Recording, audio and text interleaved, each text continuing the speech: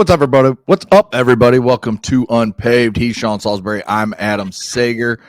We had some fun games last night. We had a close game in the second one. The first one was a shocker, being you. When we picked those games yesterday, we had it clear the Buffalo Bills were going to win. They did not. But before we get to the Monday Night Football games, let's recap our poll questions from yesterday and then the new one today. Yesterday, should James Franklin have been fired? Sean, we had the one, would you choose NFL or college for the rest of your life? That was 50.5 to 49.5, and I believe college won. Yesterday, should James Franklin have been fired by Penn State? Yes won at 51%. No had 49%. So back-to-back poll questions where it's split almost right down the middle. Right. I was a emphatic yes that he should have been fired. And it was kind of a topic that some don't think you can get better than James Franklin right now or even after the season. So I feel like that's why the no was so high, but interesting that it was that close to me. Yes, thanks. And I voted no, and here's why. We had similar conversation yesterday. Mine was more timing, not the person. Does that make sense? Mm-hmm. For me, it was more, hey, man, do I really want to hire? Can you hear me through the headset? Segs? Just curious. Yeah. The computer. You got me? Okay. I was more, okay, what's to accomplish by doing this now for a guy who's been there this long? And, you think, does a little respect come into it? But then you think, no, because he's milked them for every dime. Every time a contract comes up, he threatens to leave. He does. So, you got to get out of I try to get out of the football field, Segs, of a guy who's been cut or watching buddies of mine in the coaching business after a few mistakes. The year before their guy leads the nation in passing, the next year we got to get rid of the guy because fire him. It drives me nuts. So I try to take that out of it. The truth of the matter is they need a new voice, and it was time. And I quite frankly think part of me looked at, even though he won't say it, because it looked to me like as it was going on that James Franklin had kind of checked out. Now I'm not saying he's not a good coach. He didn't want to be there, but there is this mental checkout. Even when you're physically there, sometimes you're not there. It felt like that, and his team was playing like it. So something was missing from that team because they didn't get that bad that quick, but they did. So the poll question didn't surprise me because I voted no on the timing part of it. But you made a good point that led me to think if I would re-vote, I'd probably maybe say yes, but it was with one leg over on one side and one on the other because, yes, they needed a new voice, but I felt like December would have been a good voice after the last game of the season. But, Segs, when you say, well, they're losing, they've lost 4 recruits. Then it hit me with if it's Urban Meyer or whoever it is, or if you're going to try to steal one of these other guys who got a big buyout that's a really good coach, or Signetti or one of them, that you say, well, you know what? Let them know now. Now, you couldn't if those guys were under contract, but in Urban Meyer, you could have said, here's your $15 million. Then recruits say, whoa, I'm not going to leave now because he's going to be my coach next year. So you could have got out in front of that part and just let them know, because we know the interim coach, even if they win for it, is not keeping this job, folks. It's going to be a big job to somebody because the alumni are going to demand it. So that's the only reason I said no, was the timing of it. But if you've lost your team, the truth is, Segs, and if you've checked out, you're doing a disservice to everybody. It was better they did it now. I was thinking more from the emotional side, but in truth, if I'm them, I'd bring him in, and I'll know in 2 sentences if he's kind of checked out on me. I probably already knew before the game. And if the team had checked out on him, you got to move on. Hope the interim coach can rally him a little bit. And if you're smart, and it is a guy who's not under contract, John Gruden. If it was, I'm just throwing names that you could go get. I would suggest that you announce it sooner than later and pay whatever it takes to pay and give him the autonomy to do everything he needs. You know why? Because those big-time recruits that are loyal or legacy or had Penn State on their mind forever are going to say, oh, yeah, Urban Meyer, John Gruden's coming. I'm going to wait this thing out until I get to meet with that coach. And then you're not losing them just because you're losing them. So, yes, should have won, Segs. As much as I hate to say it and see coaches get fired, you can't feel sorry for James Franklin. He didn't win enough big games, and it ultimately falls on the head coach. And secondly, there's 60 million reasons why he's going to be just fine. He ain't going to have to sell his house if he doesn't want it. Yeah, and just to wrap this conversation up until we get more of a sense of who's being interviewed, what coaches are you trying to talk to? BetOnline put their odds up for the next Penn State head coach. Number 1 is Matt Rule at plus 200. Then you have Joe Brady at plus 300, Fran Brown at plus 5, Kurt Signetti at plus 6, and then your boy, Bill O'Brien, at plus 7 to go back to Happy Valley. Coached at Penn State. Guess who's not there? Christian Hackenberg. Okay, and I like Christian. He had his best year ever under Bill as a freshman. Remember that, Segs? Going to be the first top 5 pick of the draft. Bill leaves and things in injury just didn't quite work out for Hackenberg. Okay, so at the top, real quick, give me those. I'm going to just give you a yes or no, Segs. Matt Rule. If I think that it's in consideration, fair enough. Yeah. And if that opens up, you know what? People don't realize, Segs, I didn't mean to interrupt you, but people don't realize 20 years ago, you're at that age, you're kind of in the cutoff part, just how good Nebraska was years ago, right?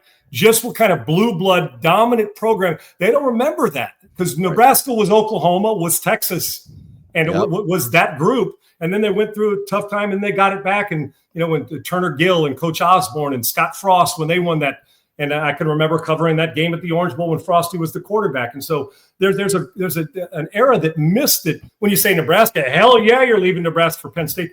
Nebraska is a blue blood, phenomenal job if, in fact, you get it and you can, and they're giving you enough money to go get Raiola and get him to decommit from Georgia to go to Nebraska. So it's a good job. Matt Rule, when you say, should he be a candidate? The answer is yes. Who's number 2? Joe Brady. Absolutely. Would he go back from the NFL to college again? Or is he a guy that you think he's going to be up for head coaching jobs in the NFL? You know what? Did I mean this affectionately, Segs? He's pasty white, red-headed, looks like he belongs at Penn State. He does. He fits the, like when I think about my buddies that have played there, I said, oh, of course you went to Penn State. You know, there's certain looks that you get. I don't know why, and it's not fair, but you do. But in truth, and he'd be great. And boy, do they need but they've got, you know, the thing about it is their offensive coordinator's pretty damn good. Remember last year he was a genius, Segs, getting the ball to the tight end, using it. And this year the players aren't going well. It's like, oh, they're not any good. Well, he didn't forget how to coach. I think Brady's going to be, I'd say yes to Brady, but I think he's going to be a head coach in the NFL, Segs. I think there's somebody like Tennessee that needs quarterback upgrade right now with a guy like that. Everywhere look at Burrow and look at Josh Allen. That's all I'll say to you. And you tell me that the guy hasn't made a difference. I'm thinking he's going to go to the NFL, but I would interview him. Who's third? Fran Brown. Absolutely, yes. And there'll be a line for him. And they're familiar with his work at Syracuse. If he's doing that at Syracuse and going to reinstill discipline, Fran Brown should get interviewed, and I'd interview him quickly. And they're familiar with him. Yep. And then we have Kurt Cignetti. Absolutely. But there's a gut part of me that I feel like this guy's going to see Indiana through, Segs. But we've said that a million times before. And if somebody offers him $10 million more in 5 years, what are you going to do, Segs? You know, $100 million instead of, because but Indiana's doing something unique. So I can't wait for the guy to say, I'm not at a program that's not Oregon or Southern Cal, that, yeah, Indiana's my dream job, and he lives it. Because I love him, and everywhere he goes, they win. But hell yeah, I'd interview him, Segs, but do you believe he could withstand? Bill O'Brien's not getting this job. Just so you know, that ain't happening. Do you believe that he can withstand the barrage if Penn State really wanted him? Could he turn that down? Northeast family in his blood and in his veins. Could he turn it down?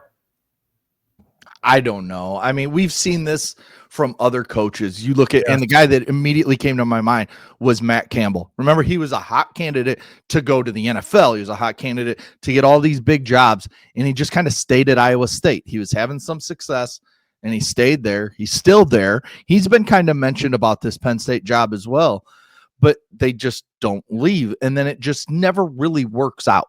He never gets to that top level success. They get close. Yes. Yep. Cignetti has Indiana there, and with the new 12-team playoff, they're going to get into the playoff. They're better than Penn State, Segs. Yes. It's just a question, can you sustain this if you're not going to give all the money, right? And recruiting, can you sustain, and can this speed and his energy stay energy at Indiana, and they buy into it, and it turns from a basketball program into a damn near a football program that right now is better than the basketball program. You just never know, because it feels like when these coaches talk this talk of, no, I'm here to build this program to the top level, and especially when it's a school like Indiana, who's always been known as a basketball school. They've never been a football school. And Duke, Kentucky, Indiana, Segs, right. Yeah. Do you want to stay there and maybe have one, maybe a second season next year where you're really good too. And then you have kind of a little bit of a fall off, and then you have more of a fall off. Then you kind of middle around 500, maybe a couple games over, but you're never in that college football playoff talk again. And then people kind of start to forget about you. You just never know with these guys because some of them talk out of one side of their mouth while the other side's talking to everybody else. Yeah, they overload their mouth with their ass until somebody writes a bigger check. Now, I don't know if Signetti's going to be that guy, Segs, and I would love him to do it, but there's always that temptation, and you and I both know it. And it really comes down to how bad will Indiana want to keep him, because he's going to get talked to. And with the Joe Burrow thing, with the Joe Brady thing, and Dr. J, and I think we've said this before, the match with Burrow and Brady was the greatest quarterback match we've seen in, well, maybe ever in college football. I would imagine if Zach Taylor doesn't make it through to the next season, Segs, that Joe Burrow would probably pine for and Jamar Chase, because he was there at the same time, to pine for Brady to be the while it looks nice, Joe Brady doesn't have to recruit like he'd have to recruit at Penn State. He gets to say, you want to come play with this group? It's college football is tougher than the NFL right now, Segs. It just is, because of all the rules, the shit you got to deal with.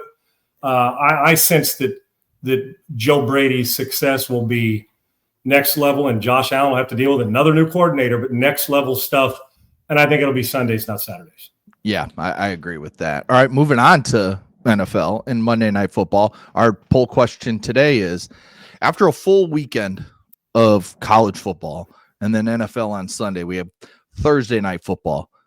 Do you like having 2 Monday Night Football games like we did last night? So that's our poll question. And right now it's a resounding no with 72%. And I voted no. I think it's too much. I thought last night, I like Monday Night Football when it's a good matchup to be a standalone game. Having Josh Allen playing while Caleb Williams and Jaden Daniels are playing on Monday night just doesn't feel right to me. So I'm a no to this question. I was an emphatic no. Yeah. And it used to be when the schedule came out, Segs, for when I was playing, I didn't look at what you first look at is, are we playing on Thanksgiving? Mm-hmm. Are we playing on Monday night? Then Monday night was it, right? I mean, that was the thing. And are we playing Green Bay or Chicago in late December? We're just joking around like, oh hell, can we get them in our building late and get them early? Right. So you kind of joking around with that, but the two, and it was exclusive, and it was you, and you knew all your buddies were watching, all your peers. Now, by giving us more, I think you're getting less. I think people are like, you're muddying my waters. I got 2 TVs, but now I can't really focus in on what I want to. I don't like it. I understand it, but it no longer feels special. Monday Night Football now, Sundays are for all the games. That's when we get them all. You pick your favorite team, go to your favorite sports bar, do it at home, party it up. Mondays, everybody's watching those guys to say, this is your special time on a pedestal. Rookie quarterback, new head coach. We're giving you your moment. You ain't sharing it with anybody. Either fuck it up or seize it and go play with it. So I was an emphatic no. I think people, you know what? And Segs, this is going to sound crazy. I think we are too inundated right now with our attention spans. I think 2 football games on a Monday night, and especially, and they mixing in baseball that I got to watch, dude, because I ain't missing that stuff. I like these. I love the baseball postseason. You and I have talked about it. Other than hockey, it's the best one. So you're sitting there watching that. I don't think people's minds and their brains can handle it anymore. I don't think they want to. I think it's too much to decipher, especially if you're like doing what we do, or you're going to go up and do X's and O's or talk about.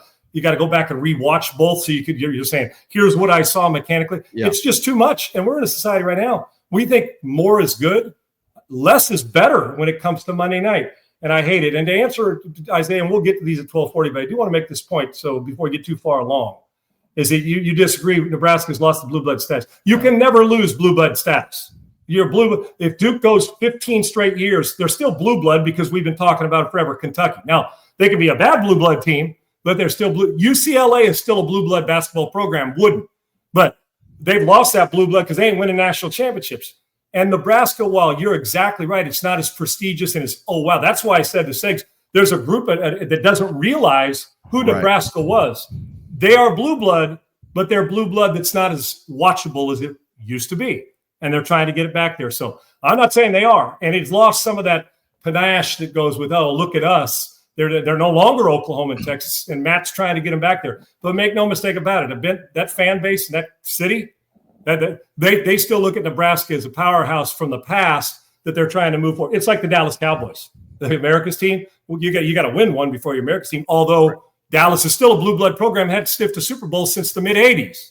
So it still does exist. But yeah, Segs, back to the poll question. You give me one. You're giving me two. I have a hard time staying focused on two of them because then I pick the game I want more or the better quarterback play or better football. And if you're getting two good football games, then you're not sure which one to tune into, even if you got 5 TVs at the house. Right. I'm someone I love watching, especially football. I watch a lot of college basketball. I don't watch much NBA because it's just rough. But Thursday night, you have a game. Friday night, I go watch 2 games because of high school, because my nephews play freshman, and then my little cousins are the varsity quarterback, and one's the wide receiver corner.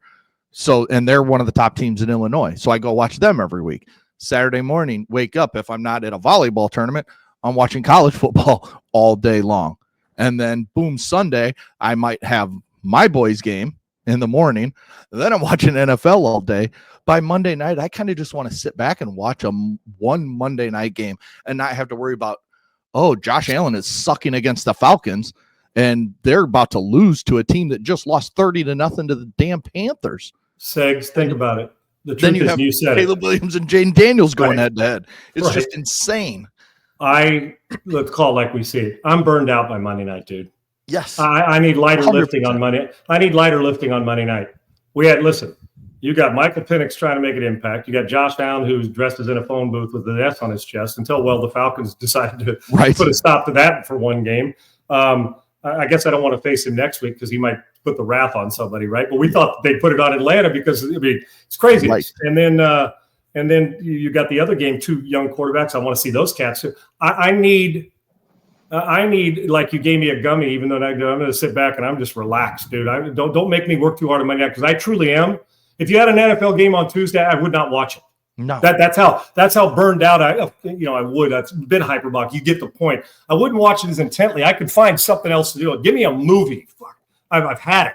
Yes. Because I've seen it. I've analyzed it up and down, all the stuff. And, some guys will go on there and act like they watched 32 games, 4 quarters each. Would you please stop it? No, you didn't. And you ain't watching a 1-5 team unless you're own. And by then you're turning your TV off because you can't stomach the end of the winless Jets. Okay. So then you're watching some other team to kick their ass, even if you're not watching them. So I'm with you. Emphatic no. Too much. And it's the ultimate, can you see it's a money grab and we know it? And then they're going to tell you we care about player safety. Sure you do. Right. Yeah, sure. Yeah. Well, speaking of Monday Night Football, Falcons beat the Bills 24-14. Josh Allen was not great in this game. He did not have the S on his chest. They ran the ball well. They ran the ball for over 5 yards a carry, the Bills did. But yet the Falcons continued to make a play when they needed it most. And Michael Penix, Drake London's fantastic. He was the only wide receiver to catch a ball on the Falcons. It was all Pitts. Bijan Robinson is starting to get closer and closer to Saquon Barkley. Bijan Robinson's the reason you take a running back in the first round when you normally don't want to take one in the first round. Right. Yes. So, it's just, I just don't know what to think about the NFL anymore. Because it's like, as soon as you have it figured out, the Ravens are 1-5. The Bills lose 2 straight. The Chiefs look like they're just trash. And then all of a sudden they're really good again by beating the Lions in another good team. It's just like, I know it's the NFL. I know everybody's a pro. So any team can beat any team on any given day.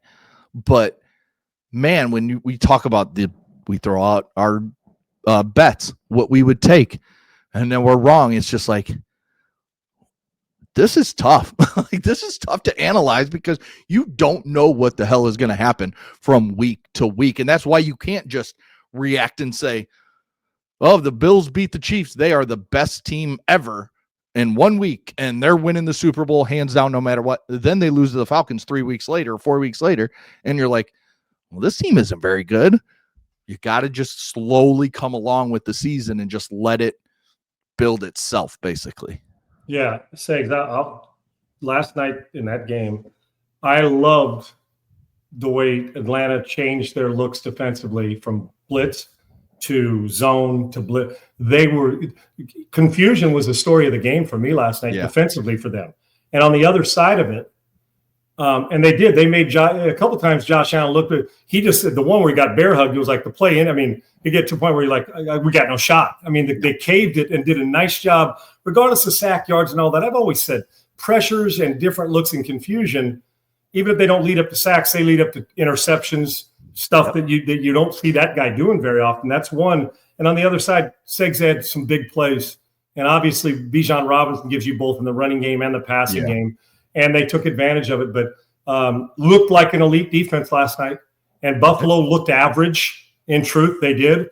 And once again, Segs, it comes to tell you, if you can control the line of scrimmage on both sides of the ball and you can make a few big plays, you got a chance to beat anybody. And I'm going to say it loud. I don't care what anybody says. We got to stop each week, the whole world, saying that's a great team or that's the best team in the league. Because I can tell you right now, I don't know who the best – right now, if you said, Sean, pick the Super Bowl, it's the friggin' Indianapolis Colts and the Tampa Bay Buccaneers. If we're going by 6 weeks consistently, they have.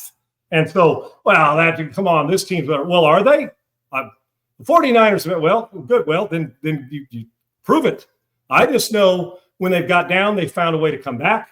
They've played bad and still won. They've played good and dominated. I'm talking about both teams. Yeah. And they're doing it all the same. Home run hitters are playing a really good play at running back.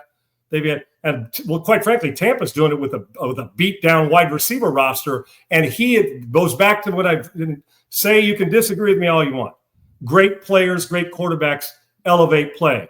Your fifth and sixth receiver come in, they ain't supposed to dominate a game, and he's making it to the point where they're getting involved and comfortable to where, hell, you're going to have an embarrassment of riches when everybody on that wide receiver core is healthy because Mayfield has taken everybody and making them play better. So we don't have a great team in the league. The two best for my week to week have been the Colts and the Tampa Bay Buccaneers. Now, you can look at schedule and, the Rams are going to – the Rams maybe – what's Puka's situation? I mean, things are going to change, and they change quickly. Look at the 49ers begging for an edge rusher.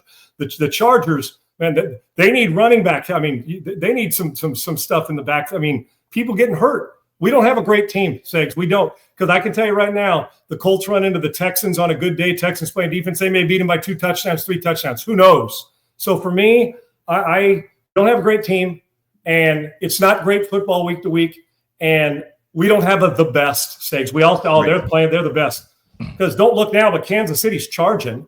Yeah. But we don't have the best because if the Colts played the Buccaneers tomorrow, hell, I wouldn't know who to pick. I guess I'd say where they playing them. But but other than that, the Buffalo Bills, there's a couple teams we know can't win. And if they do, it'll be a lucky one. Teams like the Jets and that. But you're right. Atlanta gets their ass kicked by Carolina. Carolina beats Dallas. Buffalo then comes back and we think they're going to hammer, and Atlanta beats up on Buffalo. So the only two teams that haven't been beat up on by anybody are Tampa Bay and the Rams. When I say that, I mean Tampa Bay and the Colts, even with loss, to the point where they're like, yeah, we're not very good. There's nothing that tells me that they have a glaring weakness other than injuries when they hit like Tampa Bay's receiving core. Does this concern you at all if you're a Buffalo Bills fan? Week 1, you win a 1-point game over the Ravens, who we have since figured out are not a good football team this season. So far, by what we've seen, they're terrible. Then you beat the Jets. Then you beat the Dolphins. Then you beat the Saints. Wait, stop. That's 3 bad football teams. Horrendous. Well, and with the Ravens worst in the league. The 4th win, Ravens, Jets, Dolphins. Who was the 4th one? Those 3 are pathetic football teams. Saints. Well, the Buffalo Bills are undefeated against 4 of the worst 5 teams in the league. Exactly. And now you've lost to the Patriots and Falcons in back-to-back weeks.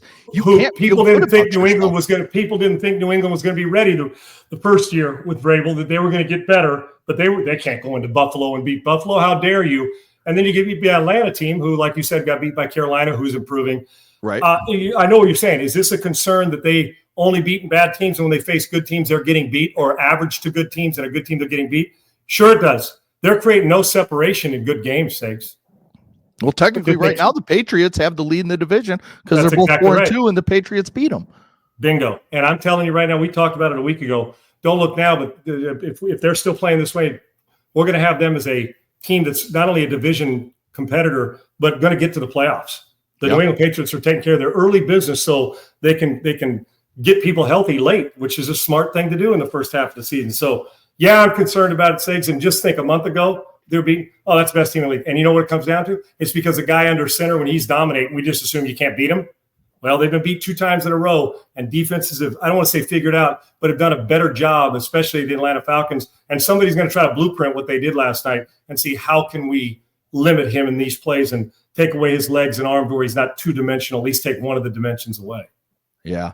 Last night, the Bears became the first team since 1926 to win their last 2 games, back-to-back games, by the 1 point at the exact same score, 25-24. They beat the Raiders by the same score. Who scores 25 points in a football game, let alone 2 times in a row? Whatever you got to do to win the fucking game. That's all I got to say. Your boys did it last night, guys. Yes.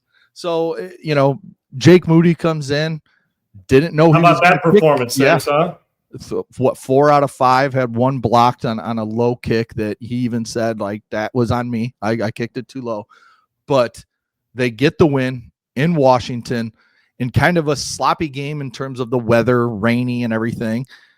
But Caleb Williams, DeAndre Swift, who was the MVP of the game, and the Bears offense, they took care of the ball, while Jaden Daniels and company did not. Jaden had the terrible interception down in the red zone. Jaquan Brisker picked him off. Then you had Krosky Merritt and Bill, as they told us 9,000 times on the broadcast, laid it on the ground. Montez Sweat poked it out. And then Jaden Daniels, late in the game, when you're trying to just put it away, can't lay it on the ground. Just drops it. And just drop it. And I get it's wet, but everybody's dealing with the wet ball. Yeah, it's an unforced error because nobody else is knocking it out of your hand. Right. And put him in a bind. And he's a great player, and he's the one you say, man, I see greatness in him. But in games like that, you just got to find a way to protect him, whatever it takes. And he knows that but the Bears did more in duress than Washington did last night.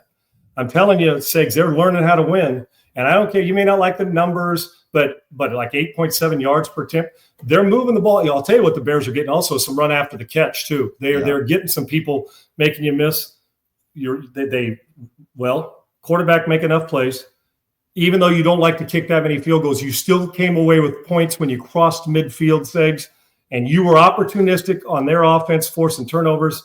And for the most part, you're protecting the ball. I'm just telling you, the Bears are learning. It's pretty as simple to me. Playing well when it matters. They have a dynamic, talented quarterback who's still got a long way to go, but he's getting better regularly. And I feel like he's more decisive every single week. Ben Johnson's getting his hands into it, brother, and they're responding, and they're doing enough at the right time. The Bears the last couple of years lose that game last night. Say. Oh, they lose that game last night. Yes, they lose that game last night. On the other side, Washington would have found a way to win. They're doing stuff that you can tell the impact of a coaching staff, but the quarterback's starting to elevate. And when you can run the football, you're going to be in every game. I'm just telling you, you are. Yeah. And that's coming from a quarterback. I love to throw it, but look at how did Atlanta do against Sigs? They win.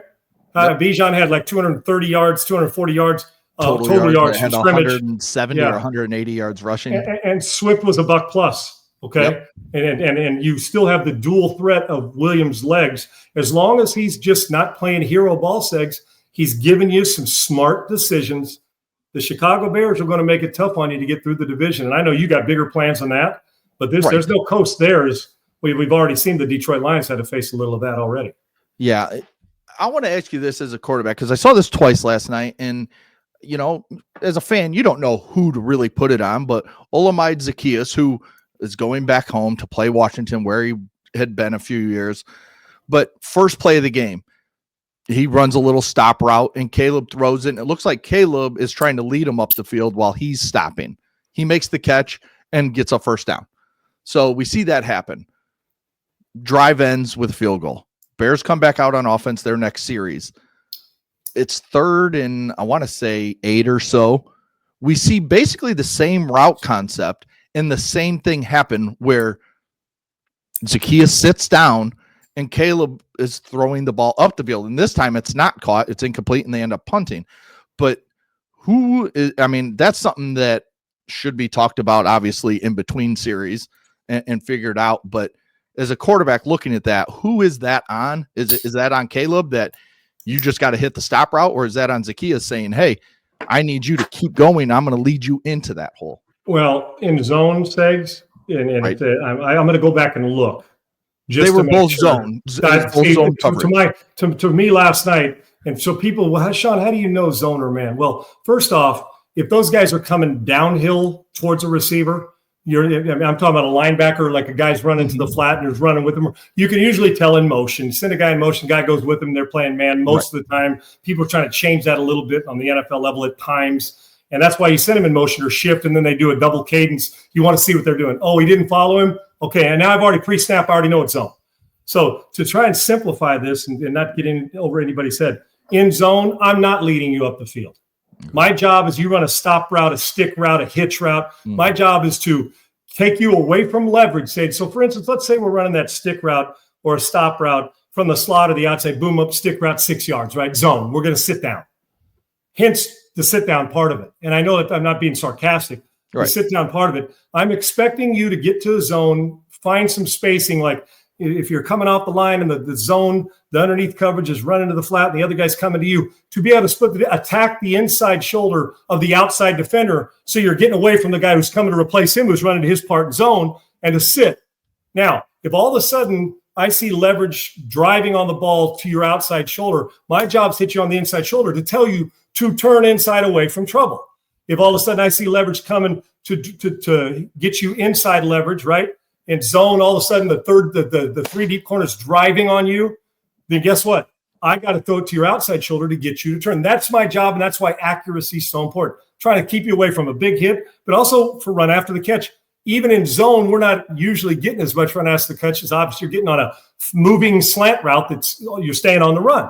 Now, see, some teams won't do it, some do. If I run a stick route and they decide in the middle of it they're playing man, I should have a runaway for the player so you're not running to be covered.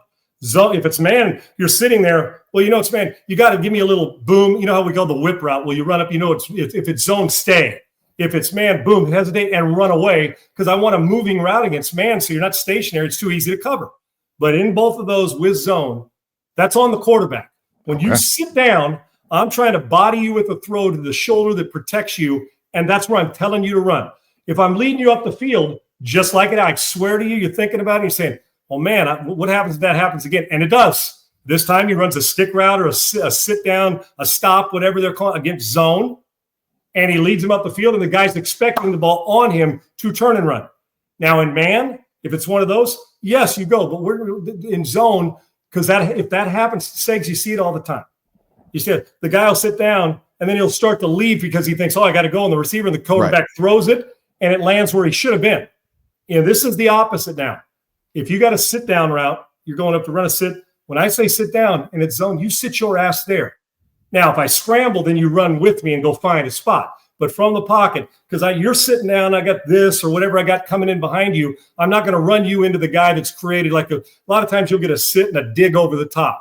Boom, guy comes up the back or underneath coverage, jumps the slot or the player coming up and running the sit down. And then we're going to pump the dig at 18 yards right behind him, right? Now, in man coverage, I'm doing this, pushing up. Oh, I'm running away. We're creating double runaway where we'll get the guy creating big windows and you catch it on the run, go. If that ball's being led up the field in zone on the quarterback on a miss, that ball, if you're running a stick and a stop against zone, you sit. Matter of fact, coaches, like you see a guy run a hitch and a guy will run a 6-yard outside hitch, same thing in the quick game where it's just catch and release, and the guy drifts from 6 yards to 8 yards, and then they wonder why the corner comes and knocks it down when he had a 10-yard cushion. Right. Don't drift. When I say a 6-yard route, if I wanted an 8-yard route, I'll tell you to run an 8-yard route. 6 means sit, and we'll do it. Now what we're starting to do on that corner inside, you see it in the red zone, what's called a smash route, corner hitch. Well, now what they're doing is they're running a corner like a whip out or a stick, which gives you the option. You push inside corner, and the guy sits down. And if we find out it's man, then you'll just whip out and run away so I get another option to throw it so you're not running to be covered. It's like in the park. If you and I are playing, Segs, and they've got 2-on-2, and the one guy said, let's zone Segs up, and they run to their coach, then you're just going to sit down. Now, if all of a sudden they've 1,000, 1 alligator, 2 alligator, and you're playing man, whatever I give you, we're running away, man. It's man coverage because you're making it too easy on the cover guy if you're sitting during man coverage. So that's on the quarterback. If you're leading him up the field in zone, You absolutely cannot do it. If that ball, it's a lot of times, Sags, what happens, that ball gets tipped on a hand and goes up and gets picked. A sit down is 3rd and 5, run to 6. Sit down, I'm going to belly you with it. Anything else after that's a bonus. You can't be leading guys into play, because then you know what happens, Sags, the next time? Then he runs up there, and Williams says, well, I'm throwing the stick route. And even though Williams the first time gave him, oh, I guess I'm supposed to go there if you don't communicate. Right. Next time he comes, throws right there, and the underneath coverage guy who was sitting there, you hit him in the chest, and the guy goes and runs and gives a pick 6. So that's on the quarterback against zone. So you got to sit, and the receiver knows it. You got to body him with it. That's just a missed throw on accuracy. And that shows, exactly what you're saying, showed later in the game, that last drive where they went down and kicked a field goal. It was 3rd and 5, and Colson Revlin ran a 6-yard exact 6 yards, hit him right in the chest, got down and got the first down, was able to continue the high percentage catch it. And Sags, if some guy misses the tackle, in that situation, you're thinking, get me to the sticks. Let's get this first down. And we're getting in field goal range. If I get run after the catch, secure the ball, get down, whatever. But I'm calling this to beat zone. Now, that doesn't mean we're not going to throw the ball. There's plenty of times in 2 deep, you're running an 18-yard dig route, 2 deep. Mike linebacker, that's a huge window in 2 deep. You may get a different coverage. So we're running there. And it also, if you sit there, Sags, you may go through this and on a sit-down route on the inside. I may go sit down covered in zone the first time. I didn't like it.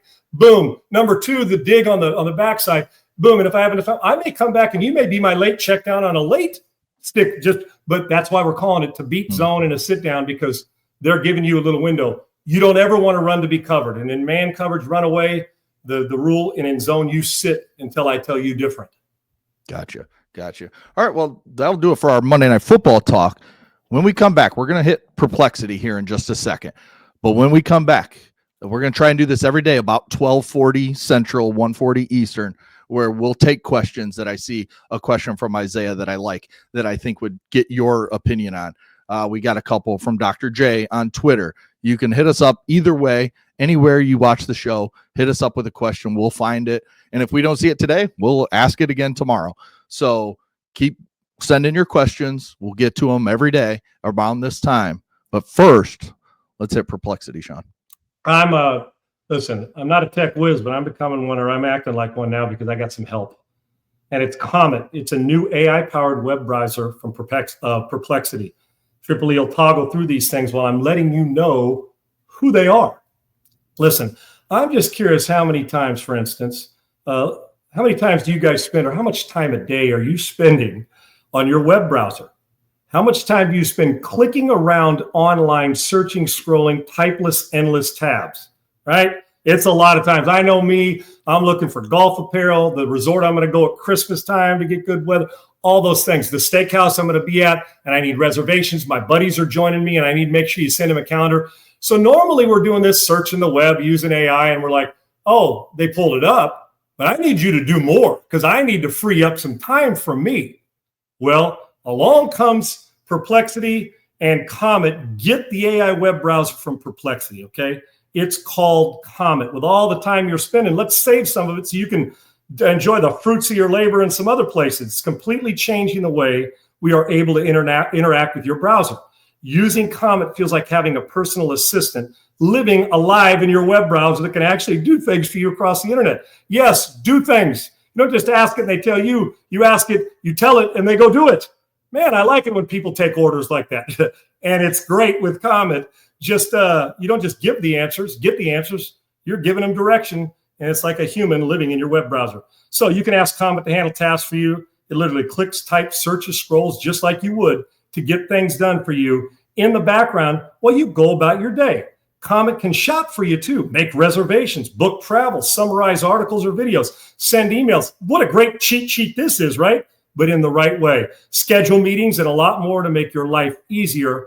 Let me show you how it works. All right, as you're watching my guy Triple E toggle, Triple E, let's go and let's look up the 5 best Major League Baseball ballparks for food, okay? And or just ballparks, because we're going to make a reservation to get tickets, and I'm going to have them send it to my buddies, and we're going to go to Fenway Park if that's on there, and we're going to get it all handled because we have Comet by Perplexity, the AI web browser that's changing the game, to go find it right there. start to look, and they're going to show you pictures of the monster, or they're going to show you the food, as you see there, from Dodger Stadium to Petco to T-Mobile Park to Oracle, all these great places that you're going to get to go. So you got the Comet visual on your screen. I'm going to say it again, guys. This is the one for you to free up. And let's say after the game, you wanted to go to a Mexican restaurant in Massachusetts after you left Fenway Park. Book it, send a calendar invite, and an email to my colleague, John, with the details. That's what you're telling Comet to do for you. And Comet works. You voice over what's happening while the screen recording plays it for you. And bam, they're going to search it for you and send out everything that you need. It's really cool, right?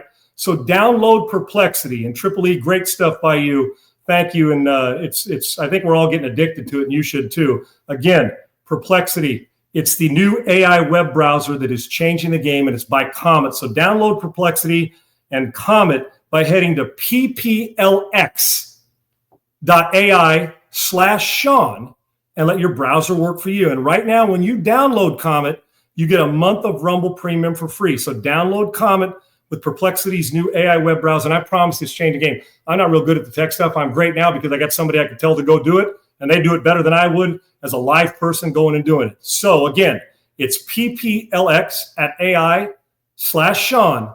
That's pplx.ai. Let me do it again. pplx.ai/Sean, pplx.ai/Sean. Go now and take back your time online with Comet. It's changing the game. Great stuff, Triple E. It's so intriguing because I thought I knew about AI, and this just took it to a whole friggin' new level. Pop on in there, and I think you guys not only will like it, you'll love it. And who doesn't want more time? Get your online stuff and have somebody else do it for you. And you got your personal assistant living in your web browser. All right, Sigs, we got question time, right? Bringing them back in, and all the great people. Comment to ask your questions and get your answers. Come to us first. Absolutely. We'll give you the answers. For this show, we'll give you these. And then when we tell you where to go play golf for the next month, right? We'll say, here's one of 5 resorts. Go search it up, get your directions, get your tee times. And then after you want to go to a movie and have ice cream, have them book you tickets and go get your tickets for a movie as well. Hey, this is my kind of party. A lot of people tell us we are smarter than AI, me and you. I mean, have you seen us? I mean, yeah. So, yeah. I mean, come to us. See, we're a wealth of useless knowledge. Yeah. Comet's a wealth of needed knowledge. Right. So there you go. There you go. That's a great way to put it. That's a great way to put it. Yes, every time around this time of the show, we will take a couple questions from our listeners who either in the chat here on our show or on Twitter or X, whatever you want to call it. We'll find questions there. So I got a couple questions that I want to ask. This one from Isaiah here in our chat. He says, why in the world were the Redskins, Commanders, commies, whatever you want to call them, staying in the gun when the rain started coming down? Protect the football under center, long snap, read, and fumble in the rain on the third down. The one where Jaden Daniels went to turn around and hand it off and just slipped right out of his hands. So do you like the decision to stay in the gun for the Commanders in that situation with the rain, or are you an under center guy once the rain starts coming down? Segs, you know what's crazy about this? And Isaiah, this is a phenomenal question and point that I try to emphasize all the time. You know, you can go through all the bad ball drills and, practice stage, you'll see them getting ready to play and guys will be dipping them in buckets and handing them to the quarterback. It's a little different. It's a little different than when you got an edge rusher that's going to crush you. And so the stress kicks up and you can't simulate that very often like you would in front of 75,000 people on Sundays or Monday night. The craziest thing about it is it used to be when the rain kicked in, you're not getting a gun. The center wasn't comfortable snapping it. You're too worried about it slipping through hands like we saw. And I'm just talking about, 15 years ago, 20, whatever. Whenever this craze started, I mean, it all blends together. And now we're 180 degrees different. I don't know why you can't be prepared for both. You want to know why they did that? Because they don't practice under center very often. Now, think about this. You trust heels at 5 that your quarterback's got a better chance with water on the ball and coming back to you. And they're snapping it pretty firmly so it's not a dead snap coming back to you without spinning a spiral that slips through your hands. Now, and here's another thing. I got to take my eyes off coverage, catch the ball, eyes back up, or eyes off the front to catch the ball. So if they're shifting and moving, you can see how it'd be a distraction not only to your eyes, but hand-eye coordination catching it. Under center, I'm not looking at the ball. The center's job is to hit the top of my hand. Now, what they're worried about is bad snaps going to slide through there because it's coming immediately firm through your hands. So we have now gone from Segs, it's raining. When I play, get under center, secure the damn football because we don't want it on the ground. Or the center where he rolls it back, Segs, because he's got to block a guy. It slips out of his damn hand. You can never keep it dry when you're getting steady rain. We have literally got to the point where our quarterbacks and centers, well, Harbaugh's always done it. He gets under center. They'll do both. You see the 49ers. Teams will do it, but the majority, 1st and 10, getting the gun, we're running the game. It's become college football, and they're more comfortable. Segs, how else can you explain being on the quarter or the half-yard line and running 4 runs from the gun in a rainy day without getting under center down there to where it's quick handoff to the fullback or the upback and get it to your guy? That they literally trust through these teams, including Washington. And what's Cliff Kingsbury's background, Segs? I bet you Cliff hasn't taken 15 snaps under center in his life. So from Texas Tech, I mean, that's where he's been. And I get it. But in these situations, can you believe a bunch of grown men don't trust getting under center, that the center can hit his hand and the quarterback can secure it and then go back and secure it and look it into the running back where Gunn got to hand it quick. All the things that can go wrong did, and it cost you. We used to, gun was once in a while. I don't mind getting in the gun. You can see coverage. You can see players split. I like it. I think it's neat, and I love it. You could still run the ball effectively. Now, it limits some of the things you can do in the run game. But I'm just telling you right now, I would always say, if you're going to be in the gun, fine. But in situations like this, we're getting under center to secure the football. Yet, they trust that they can get a 6-yard snap or a 5-yard snap, heels at 5, more securely and hand it off in wet than getting a center and quarterback to pound your top hand and you secure it there first. And you don't have to look at the ball, Segs. You don't have to take your eyes off coverage because you're just going on movement and the guy's pounding your hand. I hate it. I love the gun and I love it. But why you don't work on both and trust both as grown men in situations, it will always shock me that they're doing that. Well, and the other thing, when you go back and you watch that play and you see the replay they show after the fumble of the actual fumble, you're Jaden Daniels, you know it's raining. You know it's wet. You know the conditions. You're out in it. And yet he still turns with one hand and tries to hand the ball off, and that's how he lost it. It wasn't like it was in two hands. It's going to slip through. It's going to slip through, Segs, like that. Hold the ball with 2 hands and hand it off. I mean, it's just crazy to me that we can't do that. One thing I want to ask you real quick. Those are unforced errors that cost them a game, Segs. Exactly. Those are unforced errors that cost them a game. Bears were able to drain the rest of the clock, get rid of the timeouts that Washington had, and set it up for the game-winning field goal. But something you mentioned that, we've talked about on this show, I have a kid that's 10 that is playing quarterback, and I make my son snap to him, both shotgun and his twin brother, under center and shotgun.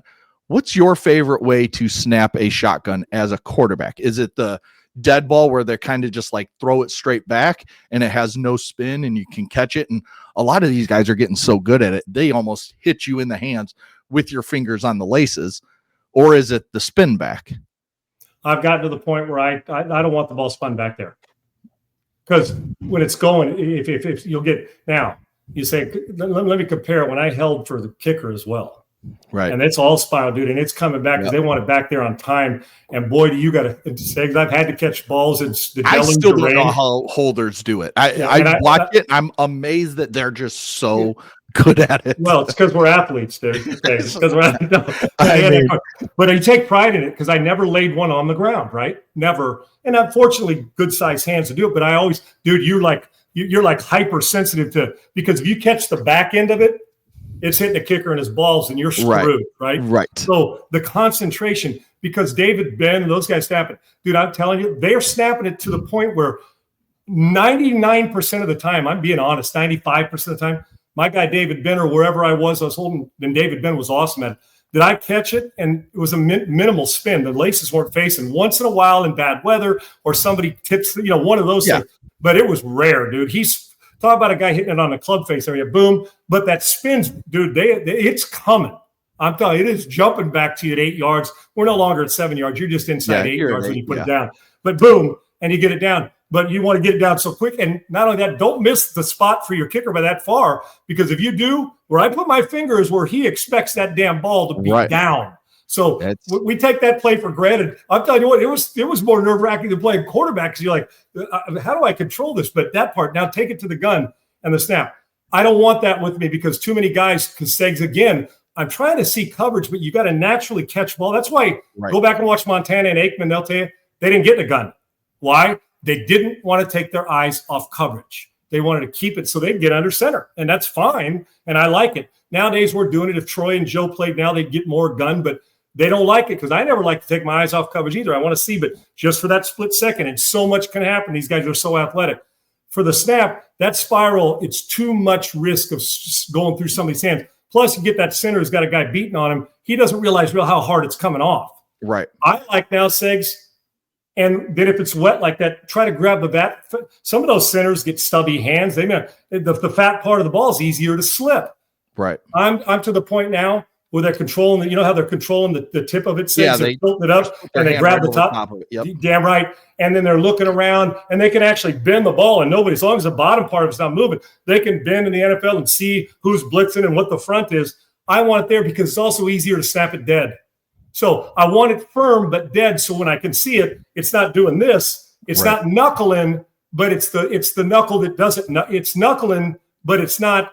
The knuckle isn't causing it movement like a butterfly. So I like it better that way. It's so much easier, Segs, to catch and secure than it is one of those that spins right through your hands or the center. And I always put respect on the center because they got a lot of shit to do up there.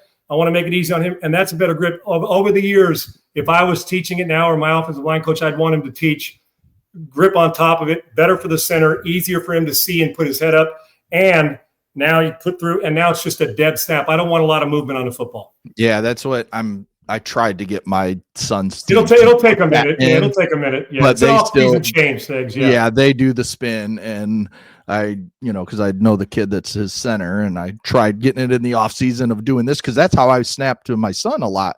When we just sit and I just sit in a chair and just snap it at him hard.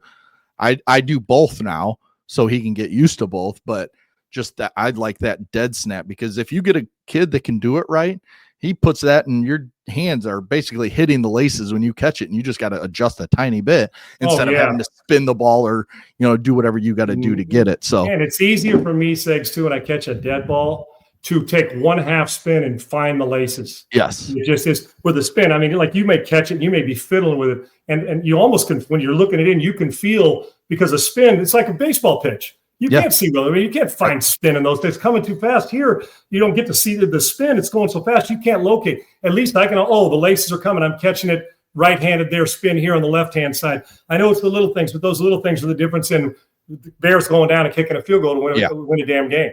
Exactly. And then one more question we have from Dr. J, our guy, who this one comes from X.com.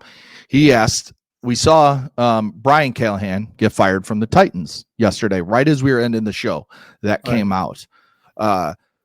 We also found out after that his father, Bill, was leaving the Titans because his son was fired.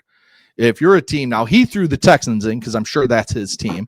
We know from our time in Houston, he was always around. But if you're the Texans or any other team in the NFL, how fast are you calling that guy? Meaning Bill Callahan, the offensive line guru, who's so good at what he does, to try and just get him to come in as an offensive analyst or, whatever you want to call it, name the position, to help you with your offensive line. I don't care if you're the Eagles with one of the best offensive lines or the worst team, say the Texans with the worst offensive line in football. How fast are you calling that guy? Or are you worried about your offensive line coach maybe being a little butthurt that you got to call in Bill Callahan? That's the balance, brother, because when you call in Bill Callahan, you're saying, I'm getting really a Hall of Fame offensive line coach teacher. He's one of the very best. And we're basically saying you need a little help. But you know what? How about my guy Noel Mazzoni at UCLA going to give a look what it's done for Neuheisel's play calling career. He's like a helpmeet because you're new at it, you're young at it, and now you know what Noel teaches. So Noel's been phenomenal. Hell, if you're paying attention, UCLA, I mean, people outside and UCLA and the coordinator job comes up or a head coaching job, especially a coordinator job, and you're saying, look what he's done at a team that was putrid offensively. Right. Neuheisel's doing a great job, and he trusts Noel. Segs, this is such a great question because there's a part of me that says, I don't really give a rat's ass if your butt hurt. We're trying to win. But when you bring Callahan in, during the season, what you're saying is, put it this way, you better have a strong personality, confident offensive line coach. But think about this. The Texans, for example, the offensive line coach from last year was fired. His assistant is now the full-time guy. So he was the assistant for a guy there. The difference is he's an assistant waiting for his first time to be the full-time offensive line coach. You bring Callahan in, you're basically saying, we need to get better, and he's going to be here for you. It's a slippery slope during the season, Sigs. Now, if you have a guy who's confident, knows it, says, you know what? Having Callahan here is only going to make my line look better. It's going to make me get a pay raise and make. That's how I'd look at it. That's like a head coach that hires average assistants or because he doesn't want him to be too good to take his job. The smart ones like Jimmy Johnson and Dallas hire Wanstead and Norv Turner and all the great ones and Hudson. How can you say, oh, I'm hiring the best because I'm still the head coach and it's a reflection of how good we are and all those guys are going to go do their thing if they get head coaching jobs elsewhere. I'd bring him in and it wouldn't matter. And in a consulting role, Segs, where you're bringing him in to enhance and you want it to feel like enhancement to your line coach, but he's still got to be a strong personality. And if you're going good, Segs, it's probably easier to bring him in. Why? Yeah. I mean, if the offensive line, like if you're in Detroit, you know why? You're just saying, dude, you're really good, but another set of eyes to even get us better because you're confident to know I've got this thing going. Somebody who is a fragile personality, while the Texans could use another set of eyes and some more players up front, they are getting a little better. But I'm not real worried about the feelings, just like I'm not worried about cutting a player if he drops the ball at the goal line and costs the rest of the guys a job. He got to do his job. I'm looking for, like coach will tell you, Segs, the job for me as a coach and a front office and a team is to find the best players every day, all the time, regardless of who's in front, to find the best players. The player's job is to play well enough that they don't ever have to go find another better player. And when you get right down to the brass tacks, that's what it is. So some thrive with competition, some thrive with help. I would sell it as we're just getting another set, like Saban does in college, ball hog and all the coaches who get fired to come in there and give more sets of eyes. And if you're the offensive coordinator and you can't take it, you better be strong personality. Screw you. I'm not worried about that, so I wouldn't worry about the coach. I want him to be in sync, but it's a fragile, it's a very slippery slope, Segs, because of the depending on how strong that offensive line coach and is their philosophy majorly different in their coaching, or is their teaching similar so they can gel together? I'm always saying if I can get the best, if Philadelphia fired Vic Fangio because the head coach got fired, you're coming, dude. I need you as an offensive analyst. Right. Yeah. You still get your salary from them. Come with us because you know what? I need another set of eyes. I'm all for it, dude. I'm ball hogging the best coaches I possibly can. And I think it's wise when you do so. My answer to you is Bill Callahan, if he wants a job, should not be without job very long, whether it's this year or next year. He will be hired if he wants the job because he's one of the best we have, quite frankly, ever teaching the position. Hell, even just getting Brian Callahan in the building just as another offensive set of eyes to look at, you know. Think about what he's seen as a head coach now. Bring him back as an assistant. He understands, and people do it all the time. I'm bringing the best, and Brian Callahan isn't a hack head coach because it didn't work. Right. I mean, it didn't work for Vrabel at the end either, and they ran his ass out. And he's a freaking great coach. Brian Callahan will learn a great deal from this, and he's going to be just fine. Yeah, he's going to be just fine. We're going to talk some college football, but I'm going to hold off on Indiana, Bama, Texas. Let's talk about those games tomorrow. I think today we got to talk about Kirby Smart and the timeout / no timeout. Not time sensitive. Those teams aren't going anywhere tomorrow, so we can. Right. They're going to be some of the best teams in the country. But we've all seen the video of Kirby Smart running down the sidelines. I mean, if someone wants to argue that he's not calling a timeout, I want to hear your explanation. Because it is clear as day that he's making a T. He is not clapping. He is not doing anything else. He is making the timeout signal as he's running down the sideline. So then what's the ref do? He calls timeout for Georgia. Well, then Kirby Smart starts yelling at the official that, no, he wasn't calling timeout. He was clapping, trying to tell them that Auburn is clapping, simulating the snap count because, you know, kids can't say hut or anything anymore. It's got to be all, you know, clap. You mean they can, but they won't say? Yeah, or they raise their leg and let the defensive line know. Like, I watch this and I'm just like, why do you just give this to defense? Like, I'm watching the Bears or Same thing with Jaden Daniels. He does the same thing. He lifts the leg, and then you see the right guard or normally the left guard shoot their hand in front of the center, and then he looks down, looks up, and snaps. Like every single time. It's like, you just I do it. Look down, look up. Yeah, at least we go hot. Right. Now it's like look down, look up. I'd have the guy. Okay, this one's on 3. Give me 3 looks, so that guy's leaning, and you get the edge rusher off bounds. But some of them, quarterback segs do get into a rhythm. Well, yes. We kind of you get caught up in the game. So it's just like when guys call, okay, white 40, you hear white 50, white 50, same color number. You get caught up into it before you know it. You haven't changed up the snap count in 27 plays. Right. And you wonder why that guy, the left tackle, can't block that sumbitch who's trying to come kill you. Yeah. But so lifting their leg, finish the story. And he is calling timeout. Prescott used to say, "Here we go." Yeah. Here we go. Yeah. And then it would go like every single time. Like, what are you doing? But anyway, Omaha, hesitate, snap, right? Omaha, lift, boom, snap. Okay. These guys aren't dumb. They can actually see at some point in time you got to get it. And Peyton knew how to change it up where he'd Omaha you 4 times, right? Yes, or what have you. Right. When you get into that rhythm as a young quarterback, use the snap count to your advantage, and a lot of times they don't. But anyways, he's bringing up timeout 6. It's blatant. If you're the SEC, you cannot allow this to happen. So there's this big, Kirby runs onto the field to the official that's calling the timeout. He's trying to tell him, no, I didn't call a timeout because he wants to save his timeouts, but he was able to slow down the play. Because if you watch the play, the kid that is clapping is the safety, and you see him looking over at a corner, and he just does like 2 quick claps or maybe 3, and that's all he does. It wasn't like he's running up to the line like boom, boom, boom, and then someone went offsides or something. So, I mean, the whole thing just stunk. I thought that Kirby Smart he's still trying to say he wasn't calling timeout. Well, look at the difference. Like an idiot right here. Hey, Triple E, yes. Triple E, go back to the beginning of this and watch when he comes right now. Watch how his hand is turned and he's hitting it in the middle like they do, just like this. Now you watch, and we're going to watch this, and then you're going to see. Well, go. Okay, see that's a clap. That's he's trying to show that he clapped. Right. Now, when you go back and show when that's after saying I clapped, that's the clap, what he's showing. But the initial sprint down the sidelines, that is a tap, calling timeout. His hand, he needs a little more better prestidigitation, which is sleight of hand, because it was blatant of both. I understand what he wants now, but I don't do givebacks. Now, Segs, the only time when somebody calls timeout that I'll give him that timeout back is if the review came and they say, no, this is reviewed on the field. You get your timeout back. But you can't give givebacks because that timeout may mean the difference in whether you kick, win a field goal, get an extra time possession, whatever it is.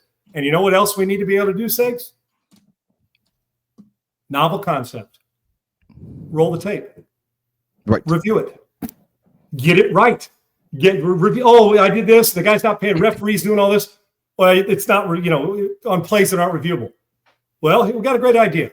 Just like when somebody robs your home, dude. You got your camera, you got your thing out on your front porch. The porch stealing your Christmas gifts. Oh, yeah, I have it right here. Oh, that wasn't me. Bitch, that was you. Okay? Same thing here. Bitch, what do you mean that wasn't you? You did this multiple times. Yeah, you're sitting in front of my camera and you stole that gift. Bitch, that was you. Okay? Right. They know disguise. You didn't have a mask on. This ain't 2020. Kirby, is this you? You know how they always say things. Who dis? Hey, who dis? Dis your dumbass, okay? Yeah. And I love Kirby, but hey, who dis? Time out. Who dis? Okay, big difference, okay? Big difference. Right. Listen, but Segs, cameras are on. Why can't you simply say, well, Kirby, you know that guy, we detect no lies. You are not the parent. Kirby, you were the parent. You were pregnant with the timeout, dude. Sorry to tell you, this is your kid on Jerry Springer. You called timeout, and then you shake. Come on over here, Kirby. I'd love it if you say, "Oh, you're arguing. Come on over here. Come and have a look with the referee." Yeah. What's that? Oh yeah, you know what? Yeah, I guess I did. It's like that guy says I was only going 55 in the zone, and he brings you the gun. You look at your 55 is my 92, right? So blatant, but don't give backs. It was blatant. You got to be able to stop this, Segs. And you know what? We always say the eye on the sky doesn't lie when it comes to showing tape. You should be able to review everything even with the red flags. And that's just review upstairs. That's just professional courtesy to both teams. We got to do this right. Okay, call down. You're the head. No, dude, he was calling timeout, dude. And you're not getting it back. As much as I love Kirby, you can't pee in my face and tell me it's raining. We saw it blatantly. And this just brings up our point. And I think we've had this discussion a few weeks back earlier in the season. Right now, officiating is not good enough. It's not good enough it's to the point that Major League Baseball is doing it where you can challenge calls and strikes. We saw a playoff game last night. 23 missed calls, 23 by the home plate umpire. That is awful. That's the fact. Segs, you wouldn't get elevated from the minor leagues to the major leagues as an umpire. Right. That's double A trying to get a job thing. Not it's the playoffs and people's livelihoods are on the line. You miss 2, you miss 3, you miss 5. We've missed too many. I hate to say it, but you're the experts at it. We're not. You're you just throw 5 picks in a game. You're the expert, dude. That ain't on anybody else. You threw it to the other guy 5 times. You can't miss them. And if you do, we got to give you help. Hence, we're going to give them help. It's the same thing here, Segs. I'm with you 100%. In the NFL last night, I thought the officials were horrible in that Washington-Chicago game. I mean, they took a touchdown away from Chicago on a play that, I mean, you're ESPN. You're a multi-billion-dollar company. Or you're the NFL. You're a multi-billion-dollar company.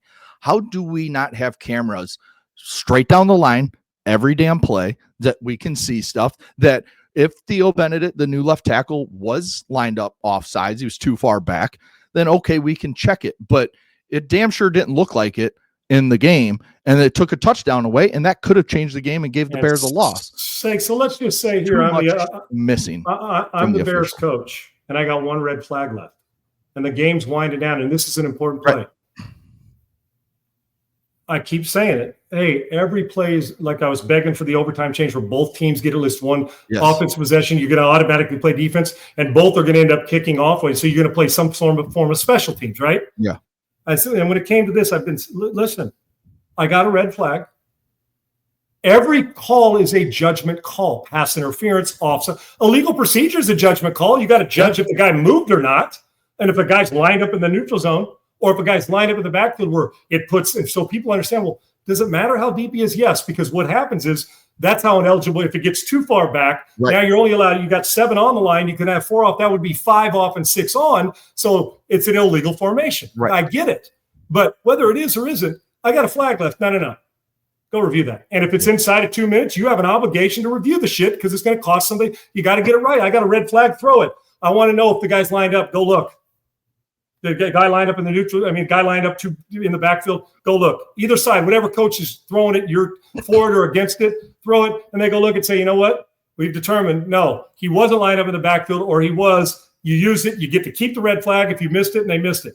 At least be able to review it. It's not slowing the game down anymore. You still have the red flag that you anticipated using at some point anyway. You should be able to review anything that's a penalty, as long as you don't use 8 red flags, because we only got 2 of them, and you get 1 back if you use it. 1.5. And the craziest thing to me that we still don't have in 2025 in NFL and in college, and last night it actually helped my Bears, but that play where DeAndre Swift caught the touchdown, the long 55-yard on the sideline, that play clock was clearly at 0. Clear as day. The ball had not been snapped. The play clock was at 0. How do we not have at least one official with something on his wrist that is tied to the play clock, that when it hits 0, it buzzes, so he doesn't have to look down, look up. It buzzes his wrist in a wristband, a little bit of thing there, buzzes, and it just buzzes. And if the ball hasn't left, he's looking at his job. You're looking at the center snap, and if that buzz is simultaneous and it's at the same time, ball good to go. Tie goes to the runner. Tie goes to the snap.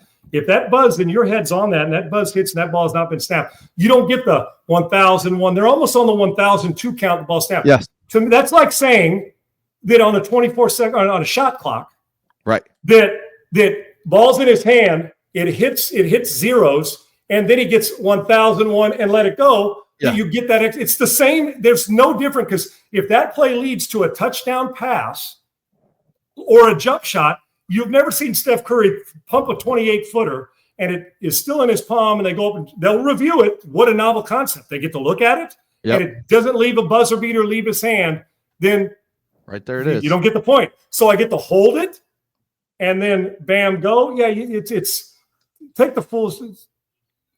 I mean, it's clearly and then at get a first zero. down on it. Yes, It's so frustrating that why we do we have all this technology, and they got billions, like you said, about the camera and stuff to find if a guy's lined up. What I don't understand is you want to get it right, so you're not really giving the play clock the time. You're given 2 extra seconds is basically what you're giving. 42 right. seconds. So if it costs Aaron you, Rodgers lives here. I swear, half of the plays he's been against the Bears. The ball is snapped after zeros. The ball is snapped after zero. Because you know what he did? And then he's throwing 68-yard touchdowns over the top. He's manipulated the rule. He's done a great job manipulating the rule. You know what his thought is? If I snap it, if you go 1,000, they'll stop because they'll yell. I'm going to keep playing because I get that second and a half of leeway. And it really ends up being a second half, every bit of it. Yep. It doesn't, and it even feels longer when you go in slow mo and it's that slow shit, right? And then all of a sudden they take one bit of hesitation, says, my guy's running by him.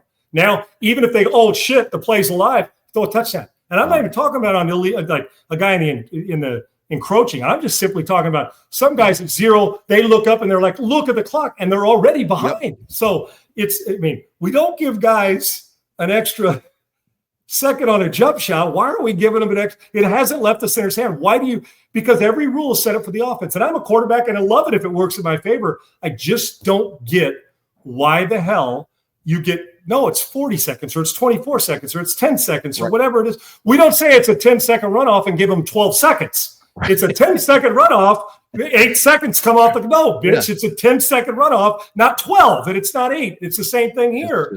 It's this. It's at zero. The ball has not left the center's hands. That is a delay of game 5 yards against you. Yes. It's the craziest thing ever. We'll fudge rules one way, but no, we don't want. Why? Because we want our quarterbacks to have an advantage over the defense that we give them every week. So it's even more fascinating how defenses even can stop offenses these days, in truth, which leads to some bad coaching and some shitty football we've seen this year. So when you get a good football game, you're actually shocked, not the other way around. Tomorrow, I have a rule proposal outside of this one that I want to throw at you when it comes to quarterbacks. Okay. And I think this is something that makes rule change, or you want it implemented, is what you're saying. Change or implementation? Both. It would be taking an existing rule and changing it a tiny bit. Okay, got it. But so we'll talk about that tomorrow. But I feel like we got to talk real quick to end the show about baseball. Mariners look really freaking good. They beat up the Blue Jays last night 10-3. I don't know if you're the Blue Jays after that game. You're just not like building for the last 2 games too on the road. Yeah, on the road. Like it's just, I mean, it's just one of those things. You kind of just look at the Blue Jays and be like, great season, but it's their year. Oh yeah, and I don't know if anybody, dude, they may roll through the National League too. That's how good they're playing, because they can pitch their ass off. They got bullpen stuff, and they can beat you deep, and they can small ball you the way that. And you know what's Big Dumper just keeps it. Oh, dude, he falls out of bed and the ball ends up in the second level. You know what's crazy about this? The same thing I felt about Toronto against the Yankees. You know, when they were just mauling, I said they're going to have a hard time winning this series. Is the same way. And for Toronto, they got the Yankees in their building those first couple, right? Here, Seattle rolls across there and they hammer you in your building, and they get to go home for 3. Yeah, 3 of them, and they can end the series. And so I felt like man, Toronto's kicking ass in the series. How are you going to beat them? I feel for Seattle the way I do now, and it's even worse because they've now given themselves a home cushion after coming into your building and hammering your ass. I can see Seattle winning those games, Sigs, but I didn't think they'd put it on them like that. They are just playing friggin' great baseball. All right, and then switching over to the NLCS, you're a Milwaukee Brewer player. You're in the dugout, last inning, bases loaded, 2 outs, Bryce Terang's up to bat, ball comes way inside, and he gets out of the way of the game-tying hit by pitch. And then the very next pitch, he chases a ball 14 It was a inches non-competitive pitch. Thanks. 14 inches above the strike zone. Wow, however far it was a ways above the strike zone. How pissed are you if you're a Milwaukee Brewers player, let alone a fan and whatnot, that this kid, I know he's young, I know he wants the game-winning hit, but you got a chance to tie this in the NLCS.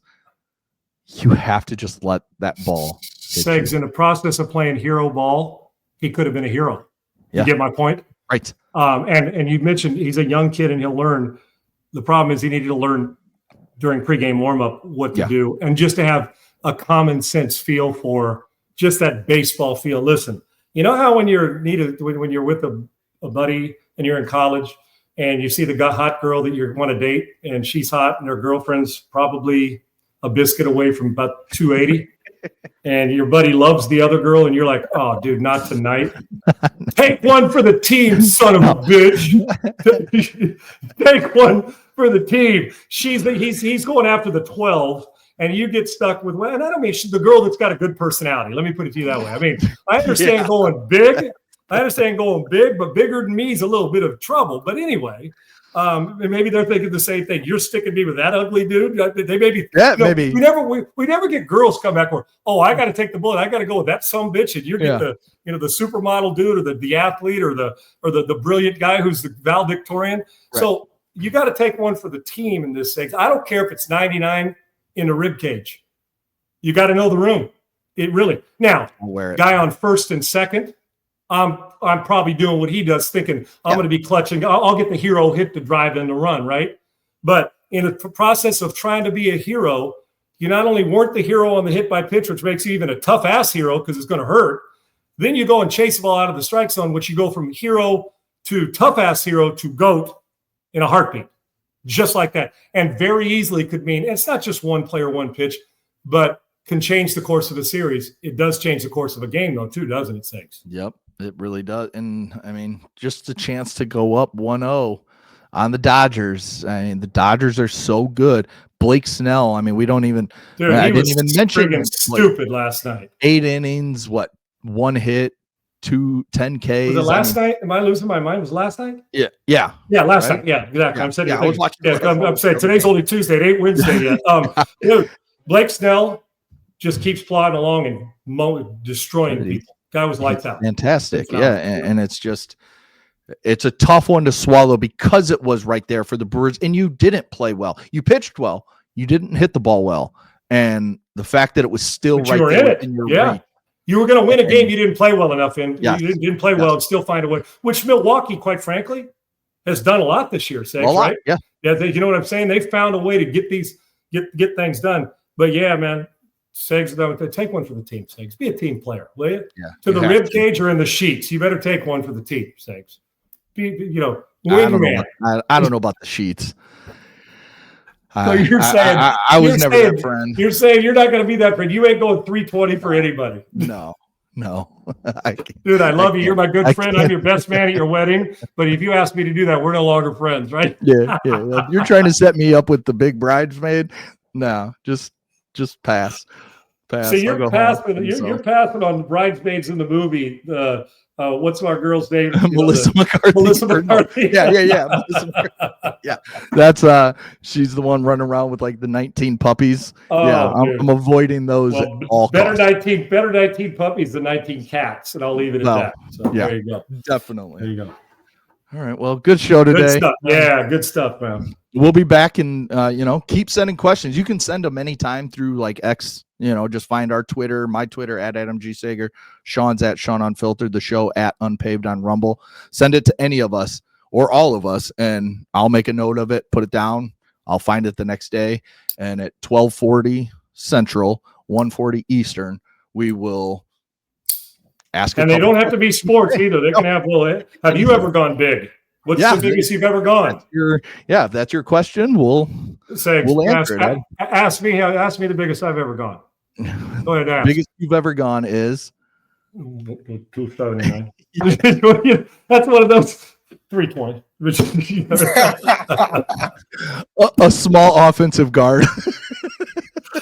Yeah, but they were small. They were smaller when I was growing up. The guard was 240. Well, that shot. Yeah, 185. No, Sean, you didn't. No, not slot. We're not talking about the slot player. We're talking about the right guard, the pulling right guard, right?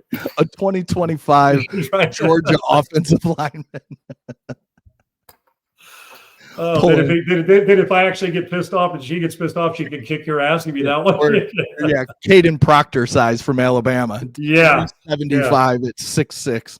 Yeah, and beware of the guy who calls you out on it, because he's the guy, that guy who talks the loudest on it. It's like, oh, you call me out, and then you see him sneak attack when he leaves the fellas at the bar, and you catch him in the next bar, and he's sitting by somebody who he fed with a pig trough. Okay, so don't kid yourself. We've been. So yeah. Anyways, send us your questions. We'll answer them. Because obviously you just heard here that we'll give you a reason to laugh at us, and just get wealthy, useless knowledge and dumbasses is what you'll find out from us as this goes along. So send us anything you want. Tomorrow we'll get more into the college games. Indiana, I want to talk about Texas and Arch. What does that win do for them? Bama, Ty Simpson, him and Mendoza got to be the Heisman front runners right now. I was about to say, Six, have we ever been at a time when the Heisman feels so far away? There's nobody dominating where it's like, this is a no-brainer. I mean, those two in the front, Carson Beck probably wants to argue because his team's winning, right? But just how quickly it can change. And are we going to throw that freshman? I mean, it's pretty impressive, man. Got some good ones, but there's not one where you're saying it's his to lose. We don't have one that's his to lose right now. There's 7, 8 guys still in the mix. That's right. Yes. Yep. And then we'll talk about that QB rule change that I want to throw in. I'm looking forward. And I don't want to hear about it until then, Segs. Yeah. I don't want to hear anything about it till then. So let's hear about it tomorrow. We'll definitely talk about that tomorrow. Thanks to Triple E. Thanks to Laura. Thanks to you, Sean. Thanks to all our listeners sending in your questions. Keep sending them. We will answer them every single day. All right, guys. We will be back tomorrow at 1 Eastern, 12 Central. Peace.